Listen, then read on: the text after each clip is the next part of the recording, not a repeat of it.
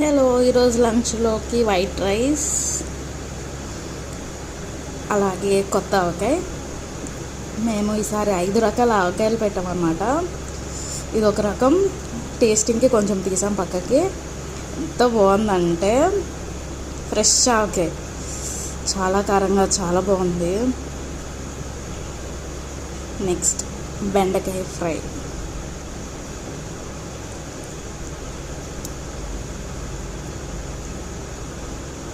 మా ma'am special ఇది. పప్పుచారు బాగా చేస్తుంది మా మమ్మీ. సో ఈరోజు పప్పుచారు, ఆవకాయలోకి నెయ్యి వేసుకున్నాను. And summer special mangoes. మాకు ఇక్కడ చెట్టు మీద నుంచి దించిన ఫ్రెష్ ఆర్గానిక్ మ్యాంగోస్ దొరుకుతాయి అన్నమాట. సో అవి